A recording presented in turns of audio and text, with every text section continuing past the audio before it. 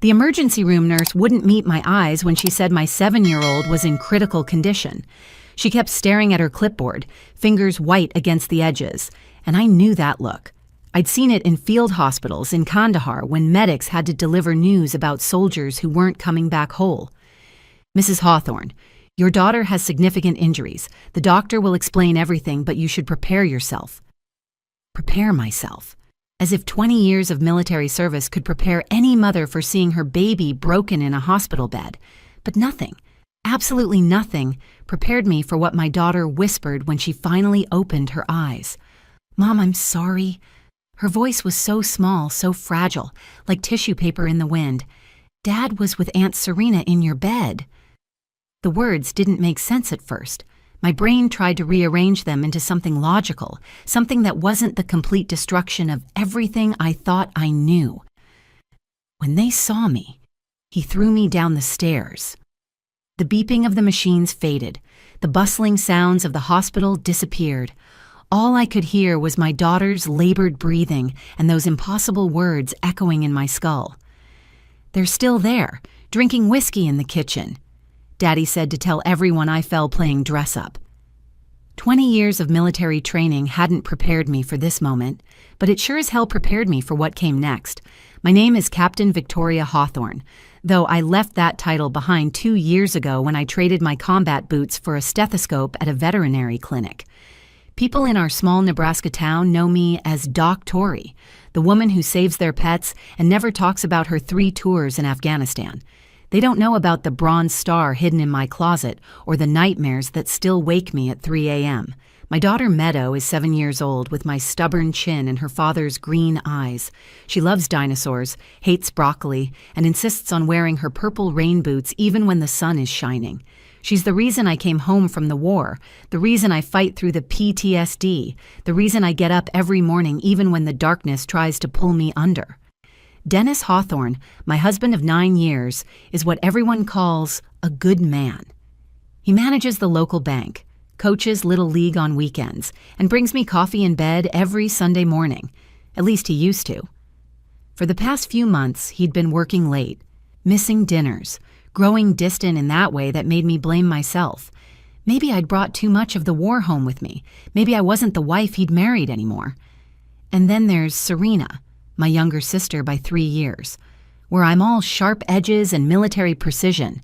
Serena flows like water. She sells houses with a smile that could charm paint off a wall, shows up with wine when I'm having bad days, and has been Meadow's favorite aunt since the day she was born.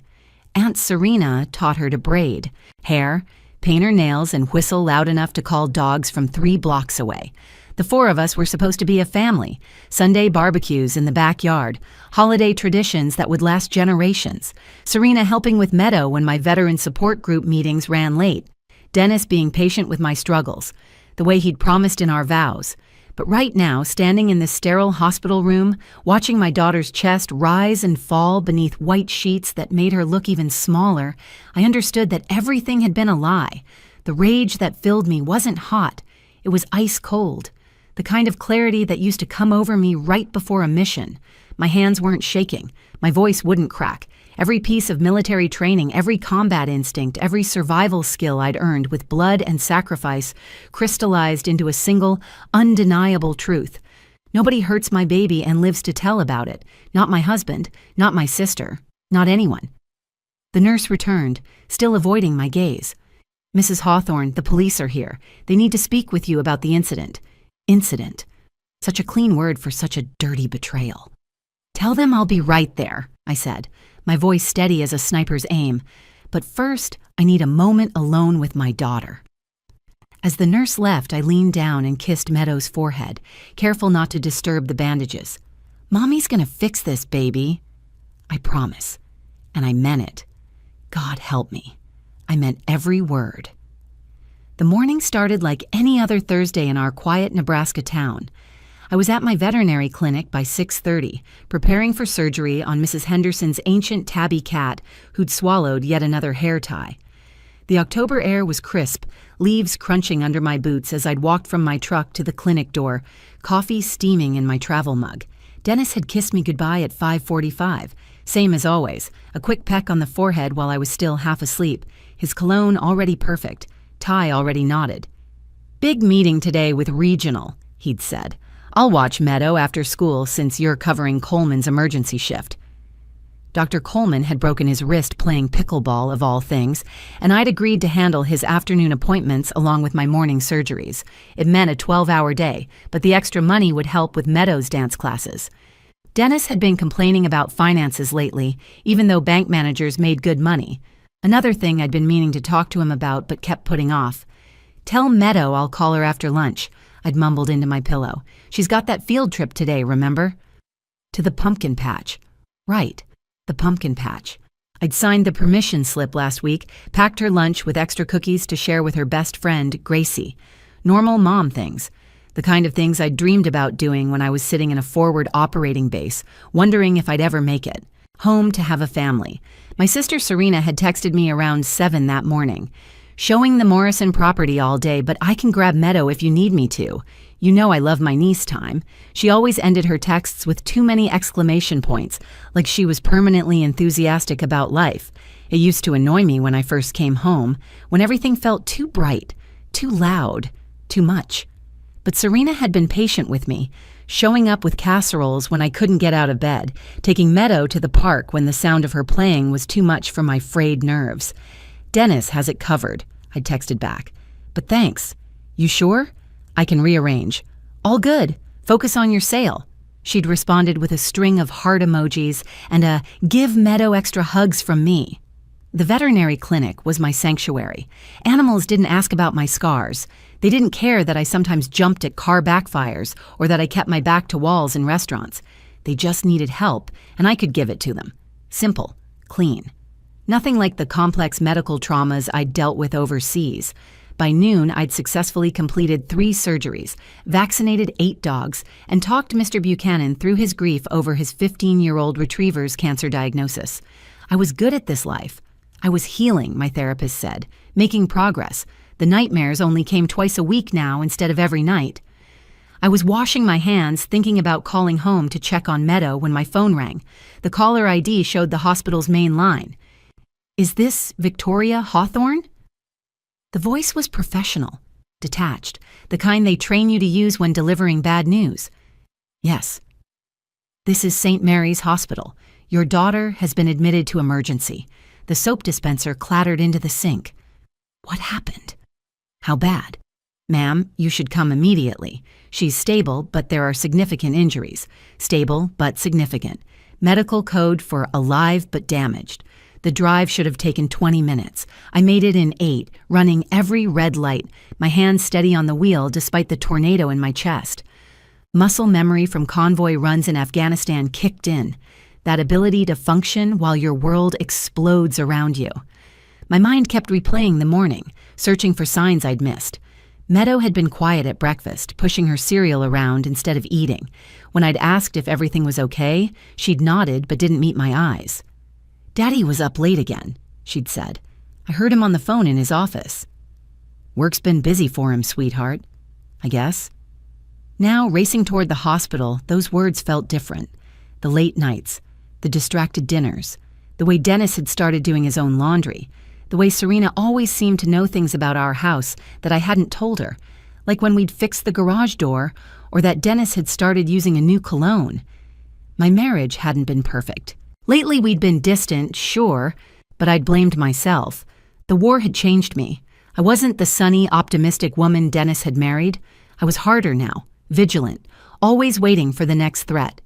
Maybe he'd gotten tired of waiting for his wife to come all the way home. But whatever problems we had, Dennis was a good father. He read bedtime stories with different voices for each character. He taught Meadow to ride her bike, running beside her for hours until she got it right. He would never hurt her. Would he? The pediatric ICU smelled like fear and antiseptic, a combination that transported me straight back to field hospitals in Afghanistan. But this was worse. This was my daughter. Dr. Reeves stood by the nurse's station, studying a tablet. I'd known Carl Reeves since high school, when he was just a skinny kid who wanted to be a doctor, and I was the girl who did pull-ups at lunch to prep for basic training. His face told me everything before he said a word. "Tori, sit down." Just tell me. She has a severe concussion, 3 broken ribs and a fractured wrist. Her left shoulder was dislocated, but we've reset it. There's significant bruising along her spine. He paused, choosing his words carefully. She fell down the stairs, according to your husband. Where is Dennis? He left after dropping her off, said he had an important meeting at the bank. An important meeting. Our daughter was lying in the ICU, and he had an important meeting. Can I see her? In a moment. Tori, I need to ask you something. Carl's voice dropped. The pattern of injuries, they're consistent with a fall, but some of the bruising looks defensive. Has Meadow mentioned any problems at home? What are you asking me, Carl? I'm asking if there's anything you want to tell me before I file my report. The implication hung between us. Mandatory reporter, Child Protective Services, an investigation. I thought of Dennis's gentle hands braiding Meadow's hair, his patience when she struggled with math homework. There's nothing, I said. Can I see my daughter now? They led me to her room, past other tragedies behind curtained glass. Meadow looked impossibly small in the hospital bed, machines monitoring her vitals, her arm encased in a bright pink cast. Purple bruises colored her cheek. Her lips were dry, cracked. An IV dripped steadily into her good arm. I pulled a chair close, took her uninjured hand in mine. Her fingers were so small, still dimpled at the knuckles like a baby's. I'd held these same fingers when she took her first steps, when she started kindergarten, when she got her ears pierced last month. After an hour, her eyes fluttered open, unfocused at first, then finding me. Mommy? I'm here, baby. You're safe now. Her eyes filled with tears that spilled down her bruised cheeks. I'm sorry, Mommy. I didn't mean to see them. My heart stopped. See who, sweetheart? Daddy and Aunt Serena. Her voice was barely above a whisper, but each word landed like a grenade. They were in your bed. They were doing grown-up things, kissing and stuff, with no clothes. The room tilted. I gripped the bed rail hard enough to crack the plastic, fighting to keep my face neutral. Are you sure it was Aunt Serena? She was wearing the bracelet I made her for her birthday, the one with the purple beads, and she had her special perfume, the one that smells like vanilla cookies. Meadow's voice broke. I just wanted my teddy bear from your room. Mr. Buttons was lonely in my room, and I thought if I got him really quiet, nobody would know. What happened then, baby? Daddy saw me in the doorway. He jumped up really fast, and his face got all red and scary. He used the bad words you said never to say. He grabbed my arm hard, right here. She pointed to purple finger marks on her upper arm. I tried to run, but he pulled me back. He was yelling about how I ruined everything. Then he pushed me, hard. I fell all the way down the stairs backwards. My vision tunneled. Red crept in at the edges. The same rage I'd felt when our convoy was ambushed, when I'd seen my squad member's body after an IED. But this was different. This was my child. What did they do after you fell? I couldn't move. Everything hurt so bad. Aunt Serena came down, wrapped in your yellow robe, the one Grandma gave you. She was crying. Daddy said they had to take me to the hospital, but they had to get their story straight first. He made me promise not to tell anyone about seeing them. He said if I told, you would leave us and I'd never see you again. He said it would be all my fault for sneaking around. Oh, sweetheart. None of this is your fault. Then Aunt Serena said maybe they should give me some of Daddy's whiskey for the pain, but Daddy said that would look suspicious. They got dressed really fast. Daddy kept saying this wasn't supposed to happen over and over. Aunt Serena put ice on my head and told me I was being so brave, but she looked scared. Dr. Reeves had returned with a social worker, a woman with kind eyes and silver hair. I hadn't heard them enter, but military training meant I'd positioned myself to see the door. As Meadow repeated her story, I felt something cold and familiar settle over me. The same clarity I'd felt before missions. The same deadly calm that preceded necessary violence. Mrs. Hawthorne, the social worker said gently, we've contacted the police. They'll need your daughter's statement. We'll also need to document her injuries thoroughly. Are they going to arrest him? I asked, my voice steady despite the hurricane inside me. They'll investigate first. These cases can be complicated, especially with family involved. It could take time. Time. While my 7-year-old lay broken in a hospital bed, betrayed by the two people she trusted most after me, they wanted time. I kissed Meadow's forehead as she drifted back to sleep, the pain medication finally taking effect. Her small hand went slack in mine, and I carefully tucked it under the hospital blanket. The social worker was still talking about protocols and procedures, but her voice had become white noise. "I need to make some calls," I said, standing up. "My mother needs to know." The social worker nodded. "Take your time. We'll stay with Meadow." I stepped into the hallway and dialed my mother. Ruth Hawthorne answered on the second ring, her voice bright. "Victoria, I was just thinking about you. Is Meadow excited about her field trip?" "Mom, I need you at St. Mary's Hospital, pediatric ICU." The brightness vanished. "What happened?" Dennis pushed Meadow down the stairs. She caught him in bed with Serena. Silence. Then, "I'll be there in 10 minutes. My mother arrived in 8, her face carved from stone. Ruth Hawthorne was 71 years old, a retired school principal who still made grown men nervous. She took one look at Meadow through the glass and her jaw tightened. "Tell me everything." I did. Every detail, every word Meadow had said. My mother listened without interrupting, her hands clenched in her lap. "Victoria, don't do anything stupid." "Define stupid, Mom." "Whatever you're thinking with that look on your face. The same look you had when you came back from your second tour. Let the police handle this. The police want to investigate. Build a case. That takes time." "And what's the alternative? You going to prison while Meadow grows up without her mother?" I looked through the window at my daughter, so small and broken. "He's still at home, Mom." "With her, drinking whiskey in my kitchen while my baby lies here with broken ribs." "You don't know that." "Yes, I do." I pulled out my phone, showed her the Find My iPhone app. Dennis's phone was at home. I'd checked Serena's Instagram earlier. She'd posted a story 3 hours ago showing a wine glass with the caption, "Afternoon off." The geolocation tag showed our neighborhood, Victoria. "Stay with Meadow. If she wakes up, tell her Mommy had to run an errand. I'll be back soon. Victoria, please." But I was already walking toward the elevator. The cold clarity had fully settled now, that mission mindset that had kept me alive through 3 tours. Assess plan, execute. I drove home carefully, legally, observing every traffic law. I parked 2 blocks away at the small park where Meadow liked to feed ducks. The walk gave me time to control my breathing, to push down the rage until it became something useful. Rage made you sloppy. Cold precision kept you alive. Our house looked normal from the outside. Dennis's BMW in the driveway, freshly washed like always. Serena's white Lexus parked behind it, blocking him in. Interesting. The living room curtains were drawn, even though it was only 3 in the afternoon. I had a key, but I knocked instead. Loud, authoritative. The kind of knock that demanded an answer, movement inside, whispered voices. Then Dennis opened the door, his face going from annoyed to terrified in 1 second flat. "Tori, I thought you'd be at the hospital." His shirt was untucked, hair messed up. He reeked of whiskey. "How's Meadow?" "Kids, you know, always falling and hurting themselves." "Cut the act, Dennis." Serena appeared behind him, wearing my robe.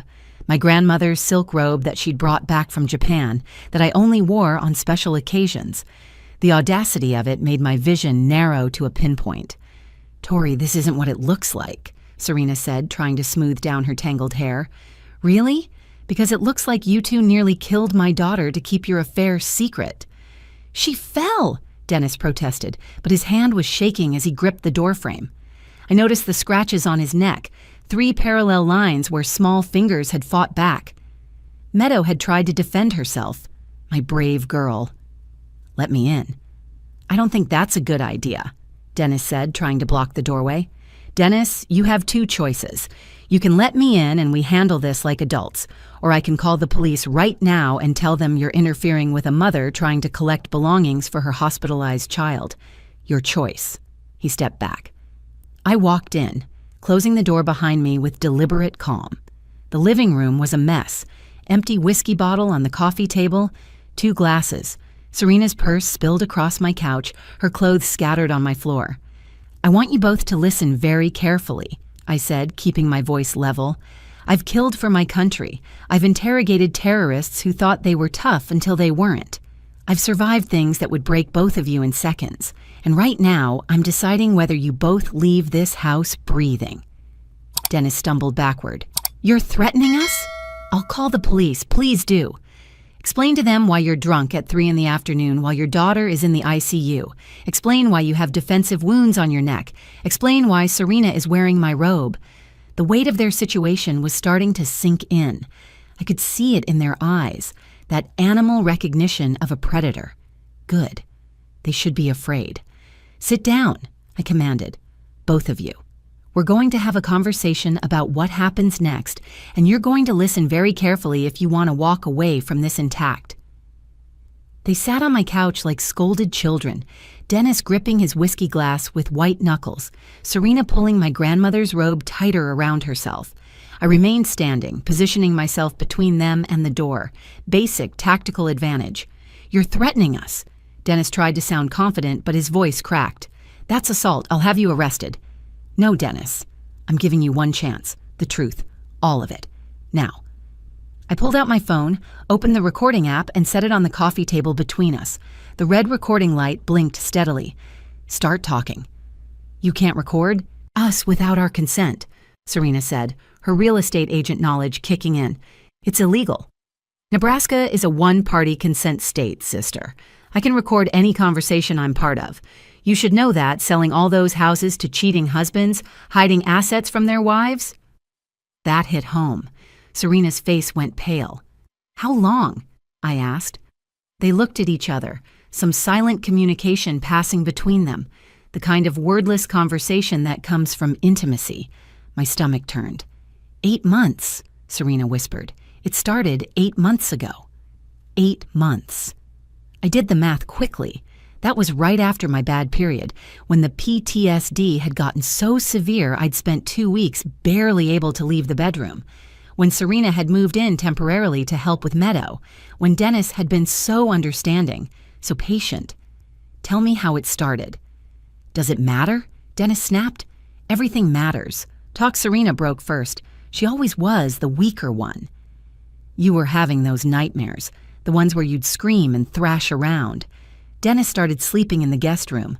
I was here helping with Meadow, making dinner, doing bedtime routines. One night after you'd taken your sleeping pills, Dennis and I were cleaning up the kitchen. He was crying, Tori. He said he felt like he'd lost his wife, that you were gone even when you were here." "So you comforted him," I said flatly. "It wasn't supposed to happen." "We were just talking, and then we were kissing, and then we couldn't stop. We tried, Tori. We really tried to stop." 8 months of trying. How noble. Dennis found his courage in the whiskey. "You want to know the truth? Fine. You came back broken. You're not the woman I married. You're paranoid, you're cold, you jump at shadows. I spent 2 years walking on eggshells, never knowing if I'd trigger some episode. Serena actually smiled at me. She actually wanted to be touched. So you threw our daughter down the stairs to keep your secret. That was an accident." Dennis stood up, swaying slightly. "She wasn't supposed to be upstairs. She was supposed to be at school." "The field trip was canceled," I said. "The school called Dennis's phone at 9 this morning. I checked the call log while you were getting dressed. You knew she was home." The color drained from his face. "I forgot. We were already upstairs, and then suddenly she was just there, staring at us. I panicked." "You panicked," I repeated. "So you grabbed a 7-year-old hard enough to leave bruises and threw her down 14 stairs." "I didn't throw her. I pushed her away and she fell." "Demonstrate," I said. "What?" "Show me how you pushed her. Serena, stand up. Show me exactly what happened." They looked at each other again. Serena stood slowly, moving to the hallway. I was still in the bedroom. Dennis went after her. Dennis moved to the stairs, his movement sluggish from the whiskey. She was here, at the top.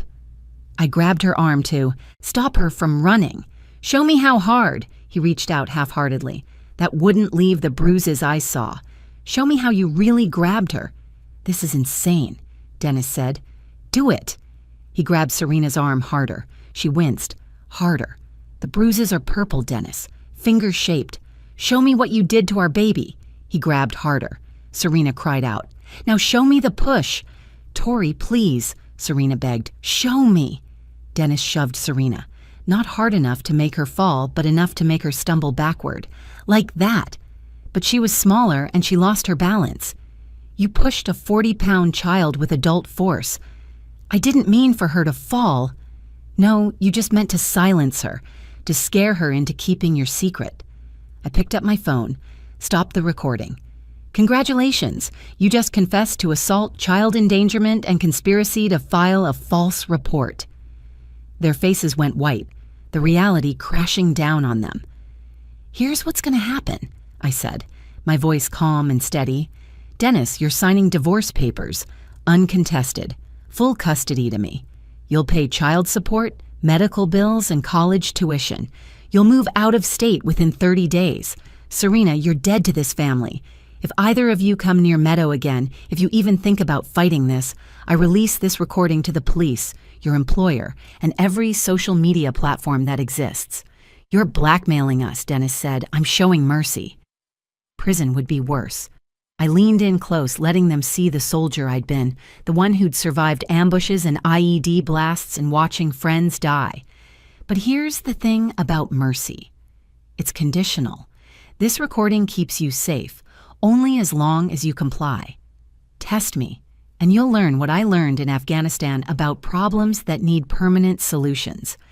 I still have contacts. People who specialize in making problems disappear. Dennis wet himself.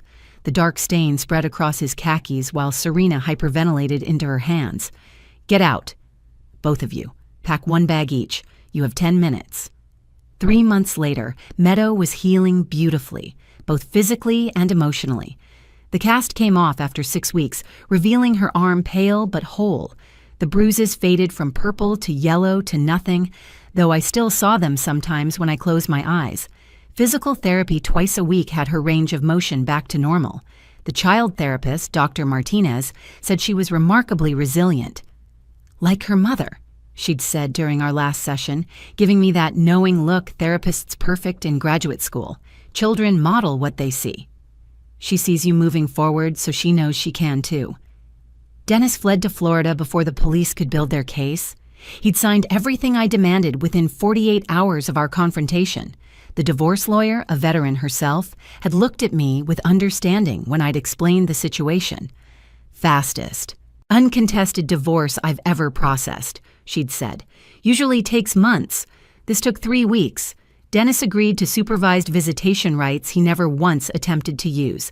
The child support payments hit my account on the 1st of every month, along with a separate payment for Meadow's medical bills and therapy. He'd even set up the college fund I'd demanded, fully funded for a 4-year degree. Fear, it turns out, is an excellent motivator. Serena moved to California, as far from Nebraska as she could get without leaving the country. She'd tried calling once, 2 weeks after everything happened. I'd answered just to deliver one message. If you contact us again, the recording goes public. She hadn't called again. My mother moved in temporarily to help while I navigated single parenthood. She never asked exactly what I'd said to Dennis and Serena that day. She didn't need to. She'd raised a soldier. She knew that some battles are won with words sharper than any weapon. The real victory came 6 months later.